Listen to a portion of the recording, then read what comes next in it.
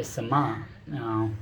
Today's concept is మీకు నిన్న మొన్న ఒకసారి అల్గరిథం చెప్పాను, ఫ్లో చార్ట్ చెప్పాను. సో ఇప్పుడు మీకు కొంచెం ప్రోగ్రామాటిక్ లాంగ్వేజ్ లోపలికి వెళ్తున్నాను. సో ఏంటి అంటే ఫస్ట్ ఈజ్ మన సబ్జెక్ట్ పేరు programming in C.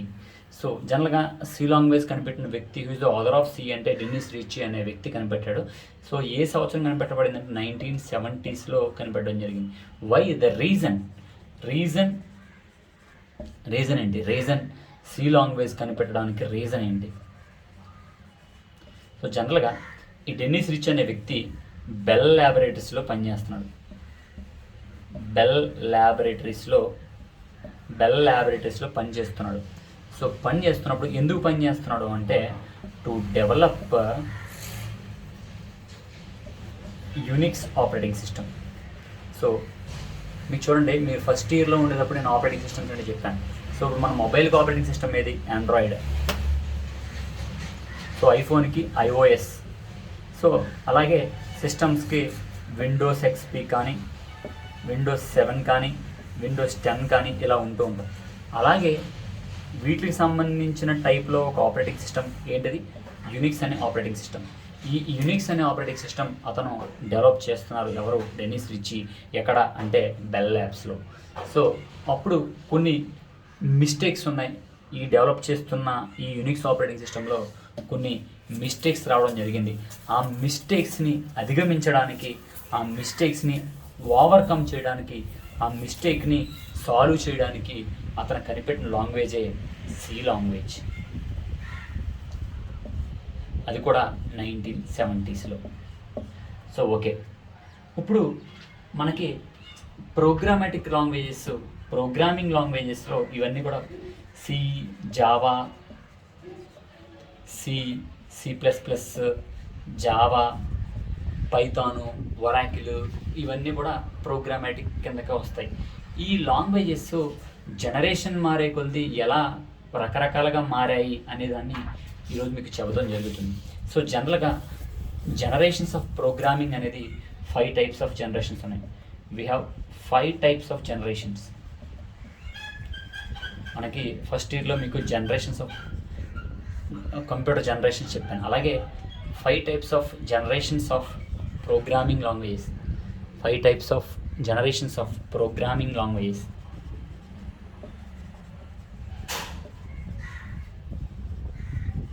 So first generation, second generation, third generation, fourth generation, and finally 5th generation. Now we are here. ఈ జనరేషన్లో మనం ఉన్నాం. ఈ జనరేషన్లో డెవలప్ అయిన ప్రోగ్రామింగ్ లాంగ్వేజెసే మనం వాడుతున్నాము, మనం చూస్తున్నాము. బట్ ఫస్ట్ నుంచి being and computer students, you need to learn how the generation has been upgraded from 1st to 5th. So first generation, I would like to say you about first generation programming language. First generation programming languages.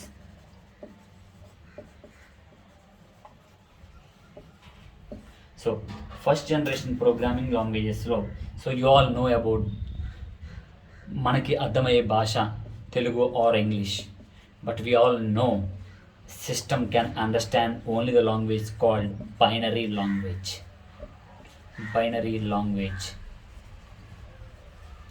So తెలుగులో అయితే అలా ఉంటాయి, ఇంగ్లీష్లో అయితే ఏబిసిడ్లు ఉంటాయి. Then what the alphabets, what the elements in the binary language. Binary లాంగ్వేజ్లో ఏ ఉంటాయి? ఓన్లీ ఫస్ట్ ఇయర్లో మీరు నేర్చుకున్నారు, 0s and 1s ఏ ఉంటాయి.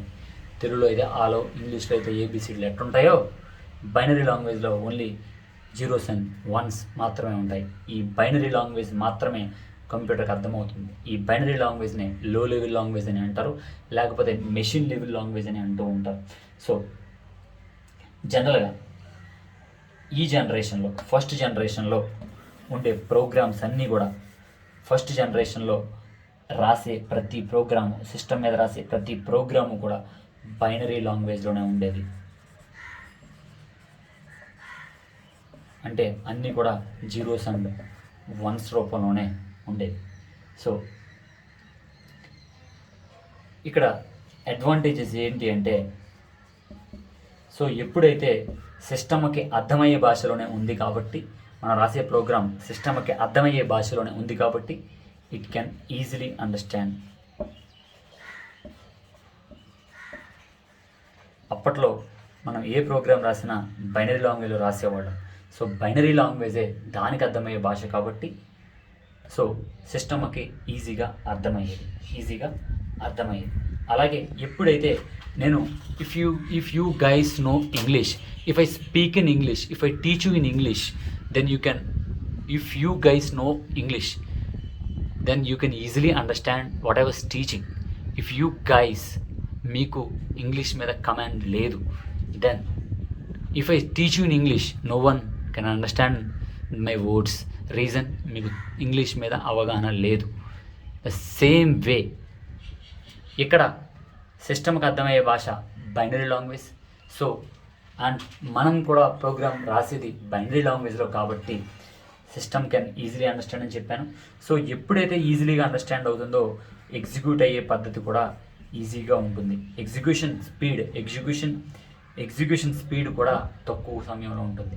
ఫర్ ఎగ్జాంపుల్, ఎగ్జిక్యూషన్ స్పీడ్ అంటే ఏంటి? If I ask you what is your name, then you're going to answer me my name is Sunitha or my name is some X and Y Z. The same way అలా మనకి answer ఇస్తున్నది దాన్ని execution అని అంటాం. So సిస్టమ్కి మనం ఏమైనా program రాస్తే then will get an answer from that and that answer is set to be an execution. So అలాగే ఈ ప్రోగ్రామేటిక్లో రాయడం వలన సిస్టంలో మెమరీ అలొకేషన్ అంటే మెమరీ ఆక్యుపెన్సీ కూడా తక్కువగానే ఉంటుంది. So this is the need of first generation programming language. The next is second generation programming language. Second generation programming language, P for programming, L for language. So second generation programmatic languages are ఏంటి అంటే symbolic programming languages అని అంటారు. Second generation programming లాంగ్వేజ్ని symbolic programming language అని అంటారు. So ఏంటి అంటే కొన్ని కోడ్స్ పద్ధతిలో ఈ యొక్క ప్రోగ్రామింగ్ రాసేవారు. ఏంటి ఆ కోడ్స్? ఎగ్జాంపుల్స్ ఏంటంటే యాడ్, ఎస్యుబి సబ్స్ట్రాక్షన్, ఎడిషన్కి, సబ్కి, అలాగే ఎంయుఎల్ మల్టిప్లికేషన్కి, అలాగే కదపడానికి మూవ్, ఇలాంటి కోడ్స్ పద్ధతిలో ప్రోగ్రామ్స్ రాసేవారు. మొదటి జనరేషన్లో ప్రోగ్రామ్స్ అన్నీ కూడా బైనరీ లాంగ్వేజ్లో రాసేవారు. సెకండ్ జనరేషన్లో ప్రోగ్రామ్స్ అన్నీ కూడా ఒక సింబాలిక్ అంటే ఒక కోడ్స్ పద్ధతిలో, అంటే యాడ్, సబ్, అంటే ఎలా అంటే add A B, sub A B, move A B అంటే ఏంటంటే ఏ అనేది బిలోకి మూవ్ చేయని, ఇలా కోడ్స్ రూపంలో రాసేవారు. ఏ లాంగ్వేజ్లో సెకండ్ జనరేషన్లో ప్రోగ్రామేటిక్ అంతా కూడా ఇలా కోడ్స్ రూపంలో ఉండేది. సో మనకి ఒకటి గుర్తుపెట్టుకోండి, కంప్యూటర్కి అర్థమయ్యే భాష ఏంటి? Binary language. బట్ ఇక్కడ సింబాలిక్ పొజిషన్లో ఉంది. సో అంటే కంప్యూటర్కి అర్థం అవ్వాలి కదా. సో అర్థం అవ్వాలి అంటే కంప్యూటర్ నీడ్ టు ట్రాన్స్లేట్ కదా. సో ట్రాన్స్లేట్ అవ్వాలి అంటే సో ఫోర్ దట్ దాని భాషలోకి అది అర్థం చేసుకోవడానికి అసెంబ్లర్ అనే ఒక కన్వర్టర్ వచ్చింది. ఏం చేస్తుందంటే ఇది కన్వర్ట్ చేస్తుంది. ఏంటి? మనం సెకండ్ జనరేషన్లో కోడ్స్ రూపంలో రాసిన సింబాలిక్ కోడ్స్ రూపంలో రాసే ప్రోగ్రామ్ని అంతా కూడా బైనరీ లాంగ్వేజ్లోకి కన్వర్ట్ చేయడానికి మనం ఇక్కడ కన్వర్టర్ వాడాము. ఆ కన్వర్టర్ పేరే assembler is to convert symbolic codes to binary language. Why need of conversion of symbolic codes to binary ante because system can only understand the binary language. That's the reason. Without, see, if I speak in English, if you could not understand, then no one will give me the answer. The same way the system could not understand any of the language except binary language. So మనం ఏ లాంగ్వేజ్లో రాసినా కానీ దానికి అర్థమయ్యే భాషలోకే we need to convert. So by using assembler we are converting that system code language to programming languages, system code language to machine level language. So దాన్నే లో level language అంటారు, దాన్నే బైనరీ లాంగ్వేజ్ అని కూడా అంటారు. సో ఓకే, ఇక్కడ మనం రాసే ప్రోగ్రామ్స్ అన్నీ కూడా, ఇందాక మనం బైనరీ లాంగ్వేజ్లో రాసే ప్రోగ్రామ్స్ 0s 1s రూపంలో ఉంటాయి కనుక మనకు అర్థం కాదు. బట్ ఇక్కడ కొన్ని కోడ్స్ రూపంలో రాస్తాం కాబట్టి మనకి ఈజీగా అర్థమవుతుంది, easily understandable, easily understandable. The second is, ఎప్పుడైతే మనకి ఈజీగా అర్థమవుతుందో ఎర్రర్స్ కూడా తక్కువ వస్తాయి, లెస్ ఎర్రర్స్ కూడా ఉంటాయి. So the next is third generation programming language. Third generation programming language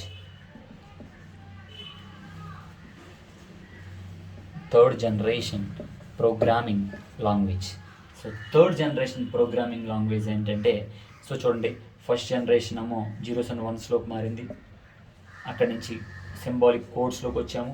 so ఈసారి థర్డ్ జనరేషన్లో ఇంకా మనము యూజర్ ఫ్రెండ్లీ లాంగ్వేజ్ అయిపోయింది, అంటే మనకి ఇంకా బాగా అర్థమయ్యే లాంగ్వేజ్ అయిపోయింది థర్డ్ జనరేషన్కి వచ్చేప్పటికి. That is third generation programming language are said to be user friendly languages.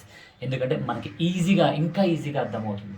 So మనం రాయడానికి, ఏదైనా కోడ్ రాయడం ఈజీ అయిపోయింది. సో ఎప్పుడైతే కోడ్ రాయడం ఈజీ అయిపోయిందో, ఎక్కడ తప్పులు వచ్చినాయో ఆ ఎర్రర్స్ని ఫైండ్ చేయడం కూడా ఈజీయే అయిపోతుంది. ఇది third generation programming languages. So third generation programming లాంగ్వేజెస్ని హై లెవెల్ లాంగ్వేజెస్ అనేవారు. గుర్తుపెట్టుకోండి, we all know system can only understand low level language, దాన్ని మెషిన్ లెవెల్ లాంగ్వేజ్, దాన్ని బైనరీ లాంగ్వేజ్ అని అంటారు. బట్ థర్డ్ జనరేషన్ లాంగ్వేజెస్ని హై లెవెల్ లాంగ్వేజెస్ అని అంటారు. సో ఏంటి? Basic is also a language. Next, Fortran is also a language. C is also a programmatic language. C++ is also a programmatic language. So COBOL is also a programmatic language. Java is a programmatic language. All these are high level languages. So all these languages are introduced in third generation programming languages. So ఇందాక second జనరేషన్లో మనం ఏదో codes రూపంలో రాసాం, MOV లేకపోతే add అని ఇలా codes రూపంలో ప్రోగ్రామింగ్ రాస్తే దాన్ని సిస్టమ్కి అర్థమయ్యే భాషలో మార్చడానికి అసెంబ్లర్ అనే ట్రాన్స్లేటర్ ఉపయోగించాం. బట్ థర్డ్ జనరేషన్లో we have two translators. One is compiler, another is interpreter. So compiler ఏం చేస్తుంది, ఇంటర్ప్రెటర్ ఏం చేస్తుంది. సో కంపైలర్ ఏం చేస్తుంది అంటే, మనం ఏదైనా ప్రోగ్రామ్ రాసామనుకోండి, ఈ కంపైలర్ ఏం చేస్తుంది అంటే ఈ కోడ్ని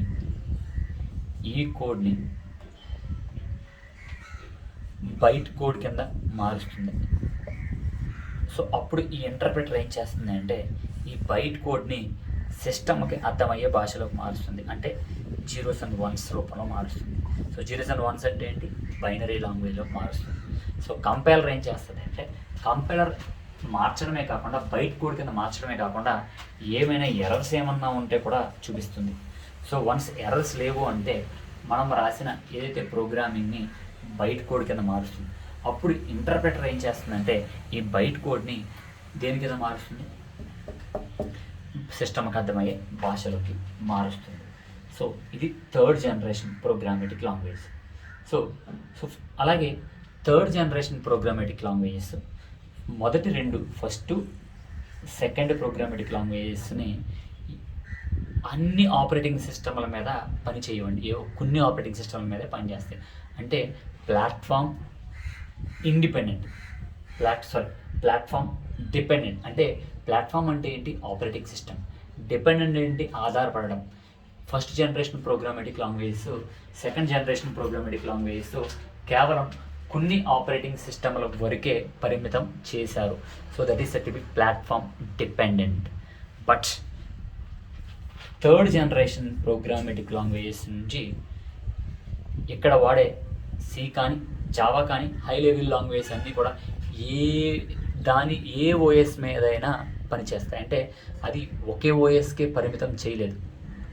they are capable of working on any other operating systems. So that is set be platform independent. Dependent అంటే ఆధారపడడం, ఇండిపెండెంట్ ఏంటంటే ఆ యొక్క ఆపరేటింగ్ సిస్టమ్ మీద ఆధారపడి ఉండదు, ఏ ఆపరేటింగ్ సిస్టమ్ మీదైనా పనిచేస్తుంది. సో ఇక్కడికి third generation. The thing is fourth generation.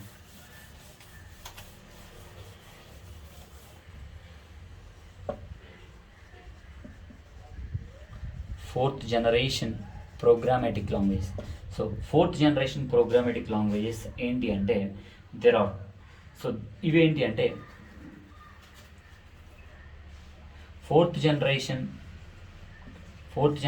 Programmatic లాంగ్వేజెస్ని క్వెరీ లాంగ్వేజ్ అని అంటారు. సో క్వెరీ లాంగ్వేజెస్ అంటే ఏంటి అంటే what is query?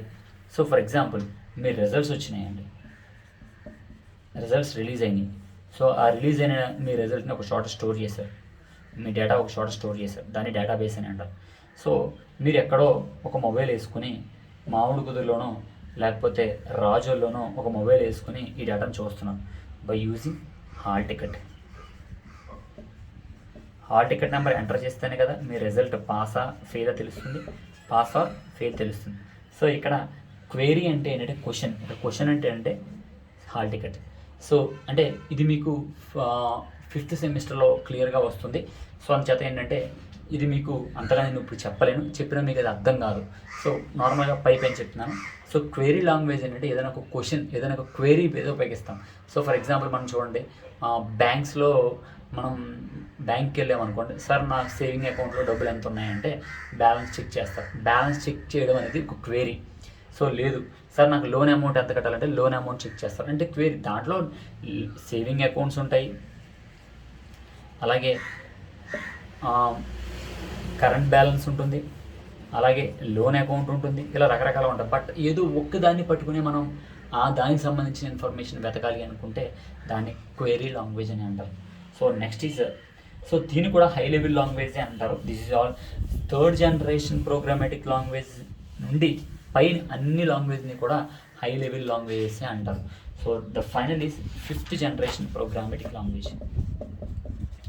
5th generation programmatic language. So 5th generation programmatic లాంగ్వేజెస్లో ఏమైంది అంటే 5th generation programmatic language set be artificial languages. So artificial languages అంటే ఏంటంటే ఆర్టిఫిషియల్ ఇంటెలిజెన్స్ వచ్చింది అందులోకి. సో ఆర్టిఫిషియల్ ఇంటెలిజెన్స్ అంటే ఏంటి చూడండి, ఈరోజు మీరు ఫింగర్ ప్రింట్ పెడుతున్నారు, అలాగే ఫేస్ స్కానర్ పెడుతున్నారు, అలాగే ఐరిస్ స్కానర్లు పెడుతున్నారు మన మొబైల్స్లో కానీ సిస్టమ్స్లో కానీ. సో వీటి యొక్క టెక్నాలజీని 5th జనరేషన్ ప్రోగ్రామాటిక్ లాంగ్వేజ్లో ఇంప్లిమెంట్ చేశారు. సో అంటే 4th జనరేషన్ వరకు మనం ఫింగర్ ప్రింట్ వాడలేదు, ఫేస్ రికగ్నిషన్ వాడలేదు, ఐరిస్ వాడలేదు. బట్ 5th జనరేషన్లో ఇవన్నీ మనం వాడాము. సో 5th జనరేషన్ ప్రోగ్రామాటిక్ లాంగ్వేజెస్లో ప్రోలాగ్ ఉంటుంది, అలాగే విజువల్ బేసిక్ కూడా ఉంటుంది. విజువల్ బేసిక్ అనే ప్రోగ్రామ్ స్ట్రక్చర్స్ కూడా ఉంటాయి. సో అలాగే ఇవి కొంచెం హైలీ కాన్ఫిగర్, అంటే కొంచెం సెక్యూర్డ్ ప్రోగ్రామాటిక్ లాంగ్వేజ్, దీన్ని హ్యాక్ చేయలేము మనం. సో ఇది ఇంకా క్లియర్గా చెప్పొచ్చు, బట్ అది ఎప్పుడు చెప్పాలంటే మీ 5th సెమ్లో చెప్పొచ్చు, 4th జనరేషన్ గురించి, 5th జనరేషన్ గురించి. అప్పటిదాకా మీరు కొద్దిగా అర్థం చేసుకుని చదువుకుంటే బాగుంటుంది. ఎందుకంటే ఇప్పుడు నేను చెబితే మీకు అంత అర్థం కాదు, ఎందుకంటే అది పూర్తిగా లోపలికి వెళ్ళాలి కాబట్టి. ఓకే, ఠీకే, థ్యాంక్ యూ అమ్మ.